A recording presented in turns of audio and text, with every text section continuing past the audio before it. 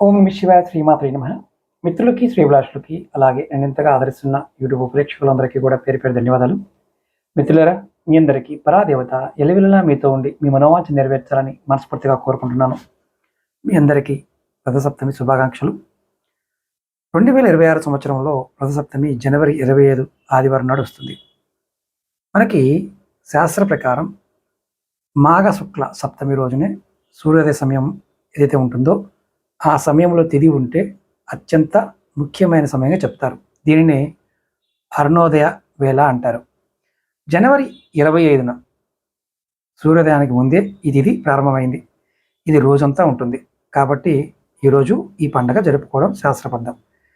ఈ రథసప్తమికి ఉన్న ముఖ్యమైన మరొక విశేషం ఏంటంటే మీకు చెప్తాను. అలాగే చేయవలసిన పరిహారాలు, వైదిక పరిహారాలు, తాంత్రిక పరిహారాలు, 12 రాసుల వారు చేయవలసిన పరిహారాలు, ఉద్యోగం, వివాహం, ఆరోగ్యం గురించి చేయవలసిన పరిహారాలు కూడా మీకు ఈ వీడియోలో పూర్తిగా నేను వివరిస్తాను. అలాగే మీకు ఈ వీడియో నచ్చినట్లయితే లైక్ చేయండి, ఛానల్ని సబ్స్క్రైబ్ చేసుకోండి, పక్కనే ఉన్న గంట సింబల్ని యాక్టివేట్ చేసుకుని ఈ వీడియోని 10 మంది మిత్రులకి షేర్ చేయండి. మీకు ఏదైనా జాతక సమస్యలు ఉన్నాయా, జాతకాన్ని పరిశీలింప చేసుకోవాలనుకున్నా, అలాగే వనమూలికల గురించి తెలుసుకోవాలనుకున్నా, అలాగే తాంత్రిక పదార్థాలు, వస్తువుల గురించి తెలుసుకోవాలన్నా మన వీడియో డిస్క్రిప్షన్లో మన ఈ-కామర్స్ వెబ్సైట్ లింక్ ఇచ్చాను. దాంట్లోకి వెళ్ళి మీరు వస్తువులు కొనుక్కోవచ్చు.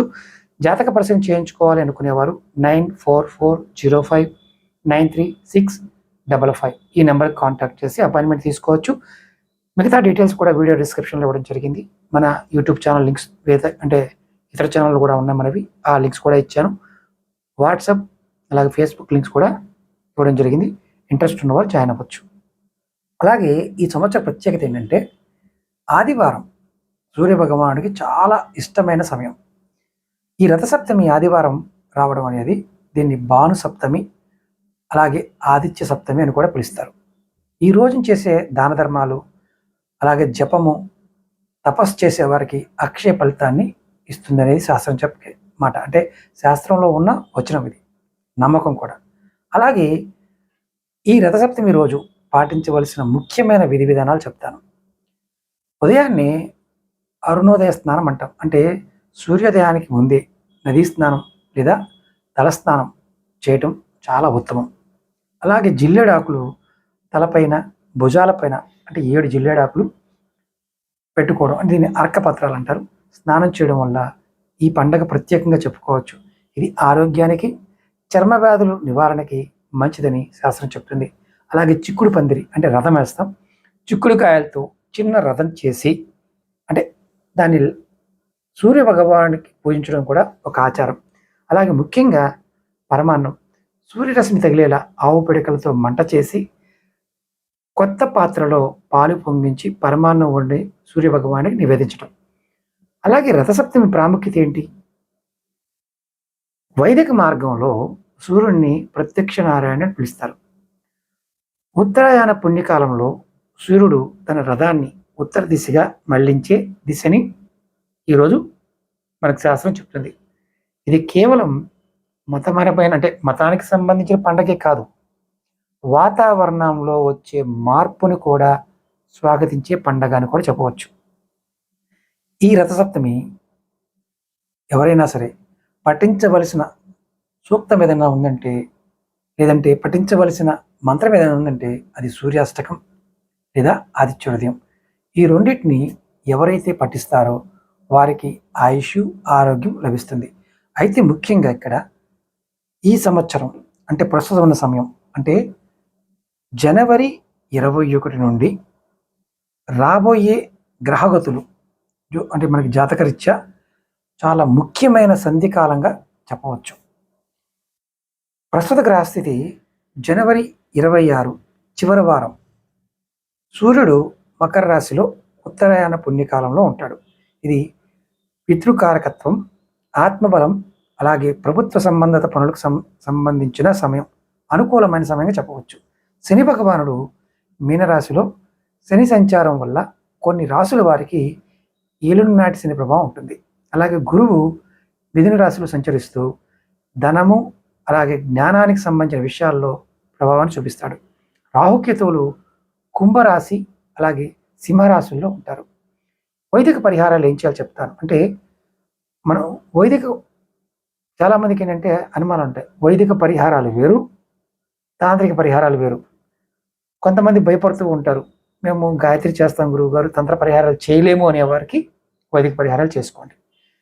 తంత్ర పరిహారాలు ఎవరైనా చేసుకోవచ్చు, భయపడకుండా చేసుకోవాలి. అందుట్లో శాంతంగా ఉండే ఉంటాయి, కొన్ని ఉగ్రంగా ఉంటాయి. కానీ నేను చెప్పేవన్నీ కూడా శాంతంగా ఉండేవి చెప్తాను.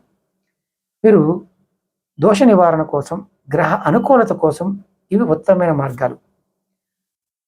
సూర్యోపాసన అంటే ప్రస్తుతం సూర్యుడు మకరంలో ఉండటం, రథసప్తమి రోజు అంటే జనవరి 25 దగ్గరగా ఉండటం, మనం ఆదిత్య హృదయాన్ని పారాయణించడం అత్యంత శక్తివంతమైన వైదిక పరిహారం.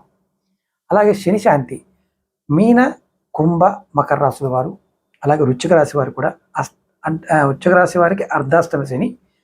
ప్రస్తుతం ప్రతి శనివారం శని వజ్ర పంజర కవచం అని ఉంటుంది. శని వజ్ర పంజర కవచం ఇది పఠించడం వల్ల మంచి ఫలితాలు ఉంటాయి. అలాగే దశరథ ప్రోక్త శని సూత్రం అది కూడా చదవటం చాలా చాలా మంచిది. ఎవరైనా సరే స్తోత్ర పారాయణం చేస్తున్నప్పుడు కొన్ని అనుమానాలు ఉంటాయి, చేయొచ్చో చేయకూడదని. శని యొక్క ప్రభావం ఉన్నవారు ఎవరైనా చేయవచ్చు. అలాగే ముఖ్యంగా ధర్మకార్యాలు, వైదిక మార్గంలో దానానికి ఉన్న ప్రాముఖ్యత అంతా ఇంత కాదు. నువ్వులు, బెల్లము, ఎర్రటి వస్త్రం దానం చేయడం వల్ల సూర్య భగవానుడు, శని గ్రహ దోషాలు తొలగిపోతాయి. అలాగే తాంత్రిక పరిహారాలు చెప్తాను.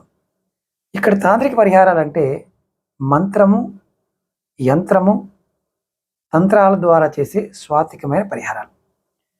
ముఖ్యంగా అర్కపత్ర స్నానం, ఇది రథసప్తమి ప్రత్యేకత.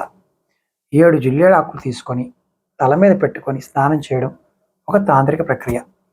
ఇది శరీరంలోని అనారోగ్యకారక శక్తుల్ని అంటే నెగిటివ్ ఎనర్జీని తొలగిస్తుంది. అలాగే బీజ మంత్ర జపం చేయడం, సూర్య భగవానుడికి సంబంధించిన మంత్రము, అలాగే శని భగవానికి సంబంధించిన మంత్రాన్ని జపం చేయవచ్చు. ఇలా బీజమంత్రం జపం చేయలేని వారు ఓం సూర్యాయ నమః, ఓం శనిశ్చరాయ నమః అనే మంత్రాన్ని 21 సార్లు జపం చేయండి. అలాగే ముఖ్యంగా ఈరోజు దీపారాధన ప్రాముఖ్యత ఉంది. ఇంటి ఈశాన్య మూలలో నువ్వుల నూనెతో కానీ ఆవు నూనెతో కానీ దీపం వెలిగించండి. ఆ జ్వాలని కాసేపు చూడండి. దానివల్ల మీ ఆజ్ఞాచక్రం ఉత్తేజితమై మానసిక ప్రశాంతత లభిస్తుంది. అలాగే దిష్టి నివారణ కోసం మీరు ఈరోజు గుమ్మడికాయని కానీ కొబ్బరికాయని ఇంటి ముందు కట్టడం కూడా నరఘోష నుంచి ఉపశమనం పొందవచ్చు. ఇప్పుడు రాబోయే కాలం ఎలా ఉంటుంది? చాలా ముఖ్యమైన క్వశ్చన్ ఇది. జనవరి చివరి వారం నుండి ఫిబ్రవరి వరకు గ్రహాల మార్పుల వల్ల కొన్ని మిశ్రమ ఫలితాలు ఉంటాయి. ఆరోగ్య విషయంలో అంటే ఎవరికైనా సరే సూర్యబలం వల్ల దీర్ఘకాలిక అనారోగ్యాల నుండి కోలుకునే అవకాశం ఉంది. అలాగే ఆర్థికంగా గురు దృష్టి వల్ల కొంత పెట్టుబడులకి విద్యార్థులకు అనుకూల సమయం. అలాగే జాగ్రత్తలు ఏం తీసుకోవాలంటే శని ప్రభావం వల్ల ముఖ్యమైన నిర్ణయాలు తీసుకునేటప్పుడు తొందరపాటు పనికిరాదు, పని ఒత్తిడి పెరిగే అవకాశం కూడా ఉంటుంది. ఇక్కడ ముఖ్యంగా వ్యక్తిగత జాతకంలో 12 రాశుల వారికి ఏం చేయాలో చెప్తాను. 2026 సంవత్సరం శని మీనరాశిలో, గురువు ధనుసు రాశిలో, రాహు కుంభరాశిలో, అలాగే కేతువు సింహరాశిలో సంచరిస్తారు. ఈ గ్రహస్థితులు 12 రాశుల వారికి కొన్ని వైదిక స్వాతిక పరిహారాలు చెప్తాను, ప్రయత్నించేయండి. మేషరాశి వారు ముఖ్యంగా ఏలునాటి శని ప్రభావం ప్రారంభమవుతుంది కాబట్టి ప్రతి శనివారం నాడు హనుమాన్ చాలీసా పఠించడం, ఆంజనేయ స్వామికి ఆకుపూజ చేయడం, దానివల్ల మానసిక ఒత్తిడి తగ్గుతుంది. అలాగే వృషభ రాశి వారు మీకు లాభస్థానంలో శని ఉండటం వల్ల అనుకూలంగా ఉంటుంది, కానీ రాహు ప్రభావం వల్ల ఖర్చులు పెరుగుతాయి. పరిహారం ఏం చేయాలి? శుక్రవారం రోజున లక్ష్మి అష్టోత్తర పఠించడం, అలాగే పేద ముత్తైదువులకి పండ్లు వస్త్రాలు దానం చేయడం చాలా మంచిది. అలాగే మిథున రాశి వారు జన్మరాశిలో గురువు ఉండటం వల్ల గౌరవం పెరుగుతుంది. అయితే అష్టమకేతు వల్ల పనుల్లో ఆటంకాలు రావచ్చు. చేయవలసిన పరిహారం ఏంటంటే ప్రతి గురువారం దక్షిణామూర్తికి శనగలు సమర్పించడం, అలాగే గణపతిని ఆరాధించడం వల్ల ఆటంకాలన్నీ తొలగిపోతాయి. అలాగే 4వది కర్కటక రాశి. భాగ్యస్థానంలో శని ఉండటం వల్ల మీ తండ్రి నుంచి వచ్చే ఆస్తులు విషయంలో జాగ్రత్త అవసరం. పరిహారం ఏంటంటే సోమవారం శివునికి అభిషేకం చేయడం, వీలైతే శివ పంచాక్షరి మంత్రాన్ని జపం చేయడం చాలా శుభకరంగా ఉంటుంది. 5వ రాశి సింహరాశి. జన్మరాశిలో కేతువు, అష్టమ స్థానంలో శని ఉండటం వల్ల ఆరోగ్యం పైన శ్రద్ధ వహించాలి.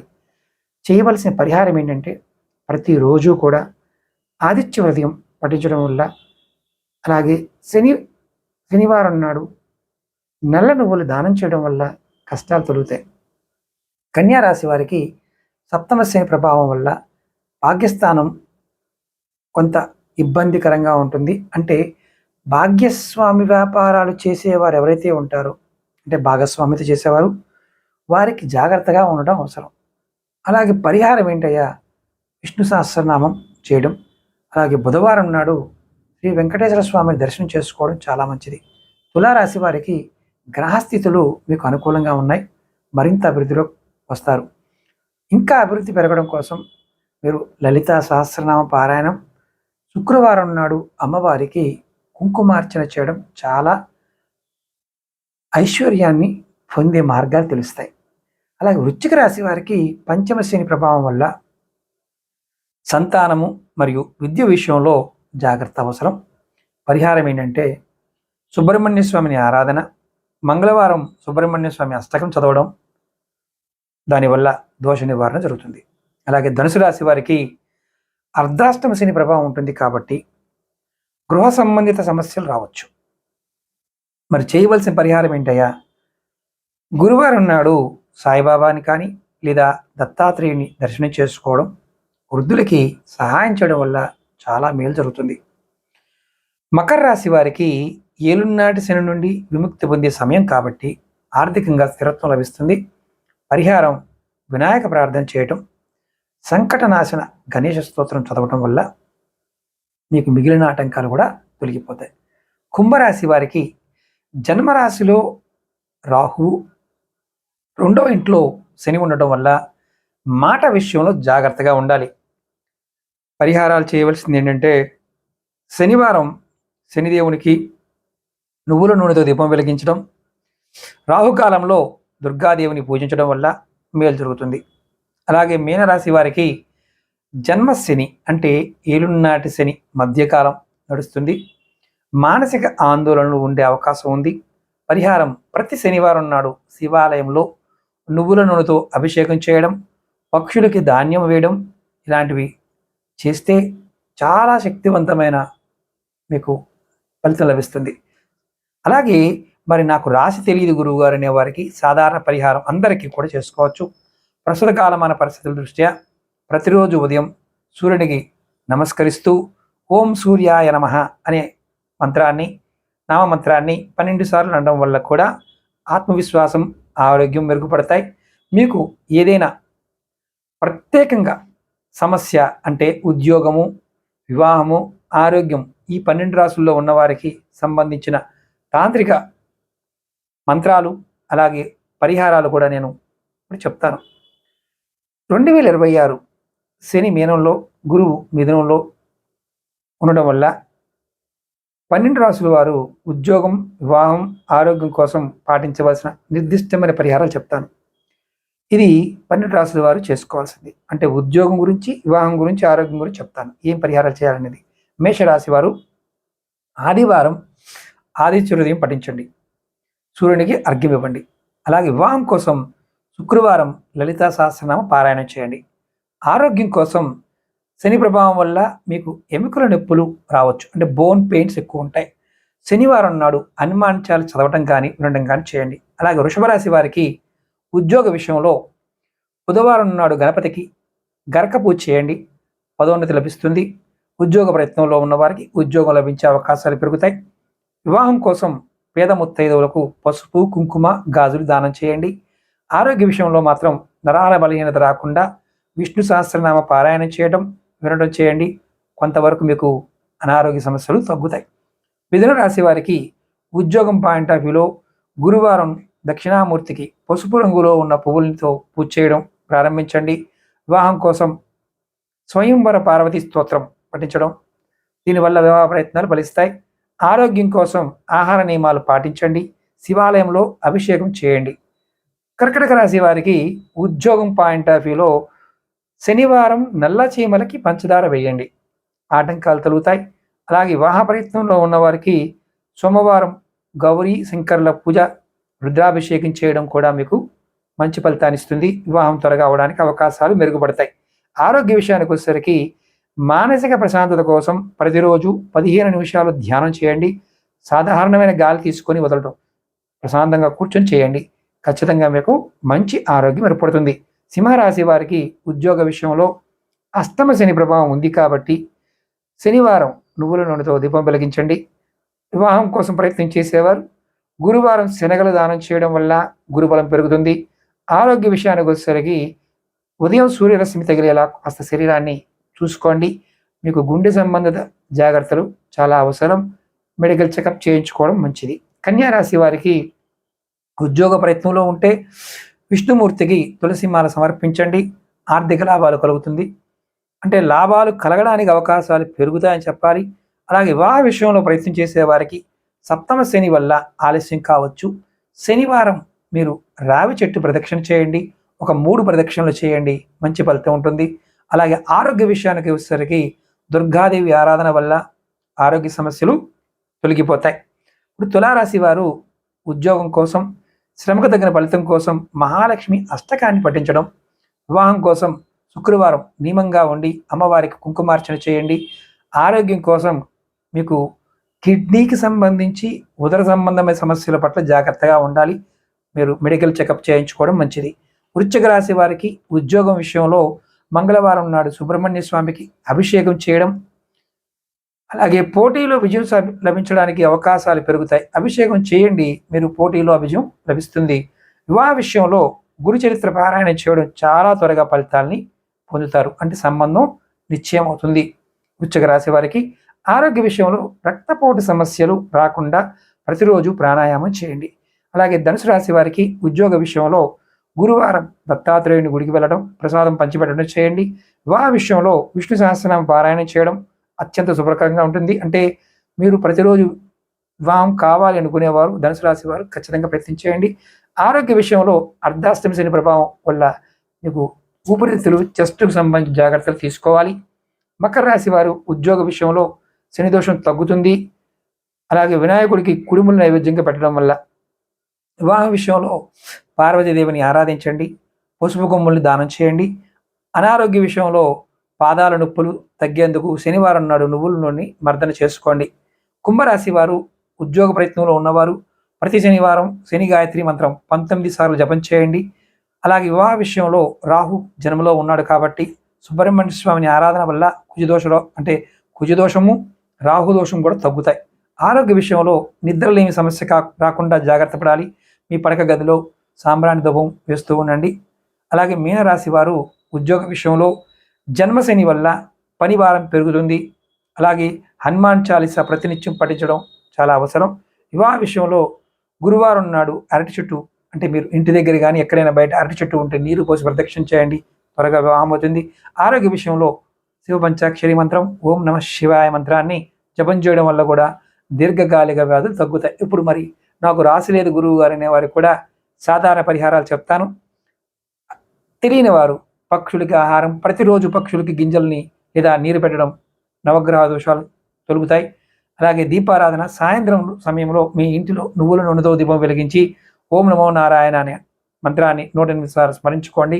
అలాగే మీరు ఖచ్చితంగా తల్లిదండ్రులని పాదాభివందన చేయండి, నమస్కరించండి, పెద్దలను గౌరవించండి, గురువులను గౌరవించండి. దానివల్ల సూర్యచంద్రుల యొక్క గురుగ్రహం అనుగ్రహం లభిస్తుంది. అలాగే మీరు ఈ రథసప్తమి నాడు ఖచ్చితంగా మీరు చేయవలసిన పరిహారాలు ఇవన్నీ పాటించాలి. అలాగే నెక్స్ట్ వీడియోలో ఈ గ్రహస్థితి దేశాల మధ్య, అలాగే రాబోయే రోజుల్లో గొడవలు, ఇబ్బందులు, ప్రపంచవ్యాప్తంగా ఉన్న ఇబ్బందులు కూడా మీకు నేను నెక్స్ట్ వీడియోలో తెలియజేస్తాను. అలాగే మీకు ఈ వీడియో నచ్చినట్లయితే లైక్ చేయండి, ఛానల్ని సబ్స్క్రైబ్ చేసుకోండి, పక్కనే ఉన్న గంట సింబల్ని యాక్టివేట్ చేసుకొని ఈ వీడియోని 10 మంది మిత్రులకి షేర్ చేయండి. నా విన్నపం ఏంటంటే రథసప్తమి ఎంతమంది మిత్రులు ఈ వీడియో చూస్తున్నారో మీ వాట్సాప్ గ్రూపుల్లోనూ, ఫేస్బుక్ గ్రూపుల్లోనూ, ట్విట్టర్లోనూ, ఇన్స్టాలోనూ షేర్ చేయండి. ఎందుకంటే తేలికైన పరిహారాలు, ఎవరు ఇబ్బంది పడుతున్నారో తెలియదు, వారు కూడా పరిహారాలు చూస్ చేసుకోవడం వల్ల వారి జీవితాల్లో మార్పులు వస్తాయి. ఇక్కడ గుర్తుంచుకోవాల్సింది ఏంటంటే ఇవన్నీ కూడా తేలికైనవి, అందరూ కూడా ఆచరించడానికి ఈజీగా ఉండే పరిహారాలు. ప్రయత్నం చేయండి, ఖచ్చితంగా అమ్మవారి అనుగ్రహంతో మీకు ఫలితాలు అనేవి వస్తాయి. ఓం నమః శివాయ, శ్రీమాత్రే నమః.